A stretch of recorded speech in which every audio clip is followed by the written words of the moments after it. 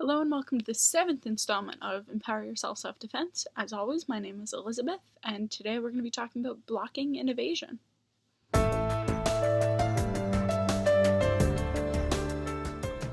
Blocking is one of the most important things in self-defense, in karate, and anything like that, because if somebody's attacking you, you're either going to get hit, you're going to block, or you're going to move out of the way. So this video is going to be really important because it's going to teach you how not to get hit. So the first set of blocks I'm going to talk about is going to be the 8-point blocks. In karate, the 8-point blocks are the very first system of blocks that is ever taught to a white belt, which is basically the first day that anybody ever takes karate. You'll learn the 8-point blocks. So this blocking system is basically the most simple, but it's also often the most effective. The first two blocks, numbers 1 and 2 of the 8-point blocks, are circular blocks that go around to block a punch best to the midsection. If you don't really understand how these work, just think like you're scooping up ice cream, and it'll actually make it really easy. So if somebody's punching to your stomach, you can just block around, it blocks it to the outside, and it gets the punch away from you and allows you to be able to strike back. The next two blocks, numbers 3 and 4, are inward blocks, so they block in across your body. These two, same thing as 1 and 2. It goes across, and it's really good for a punch to the midsection, so it blocks to the outside. And this, same thing, it gets the punch away from you, so you can hit them back. Blocks 5 and 6 are a little bit different because they're overhead blocks, so it's best for like a hammer to the forehead or just a punch to the face, so it blocks straight up. And these blocks are actually what we talked about in the last video, if you saw that. But one thing to keep in mind is always to make sure it's at an angle. So if somebody's punching you, it's blocked at an angle, not just straight down. And the last two blocks of the 8-point blocks are 7 and 8. So they go up to the opposite ear and across and down. These are good for either a punch like to the groin or for a kick. So it just blocks straight down, blocks the kick away. And with this one, you gotta be really careful that you don't go too far with it or you don't go far enough. But you have to make sure that you actually block the strike and get it away from you. The 8-point blocks are unique in the fact that they're really hard blocks. So because you're using your whole forearm and your fist is tensed and it's closed and you're gonna actually basically strike with these blocks, there's a lot more force behind it. So they're considered hard blocks. So now that we've talked about some hard blocks, we're going to talk about some softer, more gentle, more deflecting blocks instead.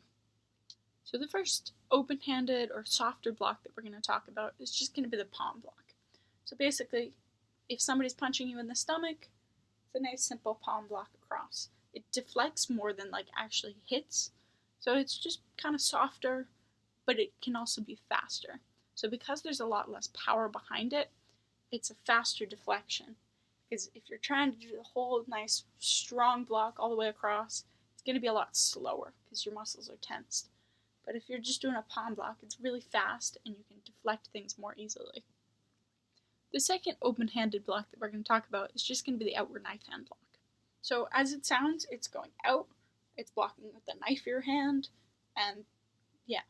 So if somebody's punching you in the stomach, it's just an outward knife hand block, blocking out to the side, getting the punch away from you, and allowing you to actually do more. If somebody's attacking you and you don't really know how to do some of the more intense blocks or more complicated things, my suggestion is just to put your hands up. In karate, we're taught to do the whole en garde and like all the fancy blocks and all the maneuverings. But if you just keep your hands up, protect your head, protect your stomach, you can just move them up and down, and you can just deflect punches off of you without really even doing anything. So now that we've touched upon blocking a little bit, we're just going to talk about evasion. So basically, avoiding people's punches, moving out of the way, and dodging. So with evasion, in order to get away from somebody's punch, assuming it's just a nice simple front punch, there's 3 different things that you can do. You can step back, try to get out of the range of the punch and have it stop before it hits you. You can step to the side and let the punch go by you, or you can step forwards and to the side on a diagonal to also let the punch go by you. So the easiest thing for beginners is often to just step to the side of a punch, because if you go back, somebody can just keep extending their arm or step forward with their punch, and you could still get hit anyway. But if you step to the side, you have a better chance of not getting hit, and you're still at a good distance from your opponent, so you can continue up with more attacks. Another thing you can do is remember just to stay on the diagonals.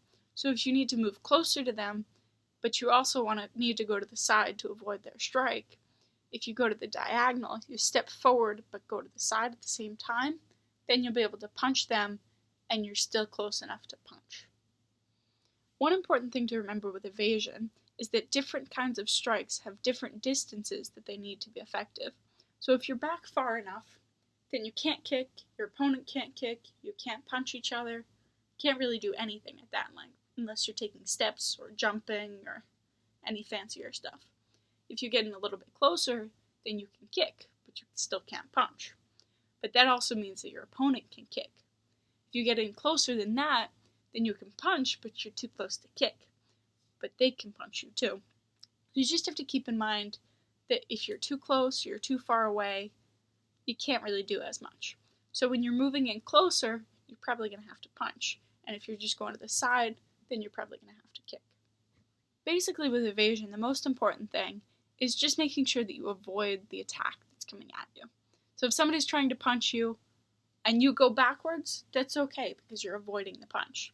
And it also gives you more time to figure out your next step and what you're going to do, instead of getting punched and getting knocked out and then having a whole range of other problems.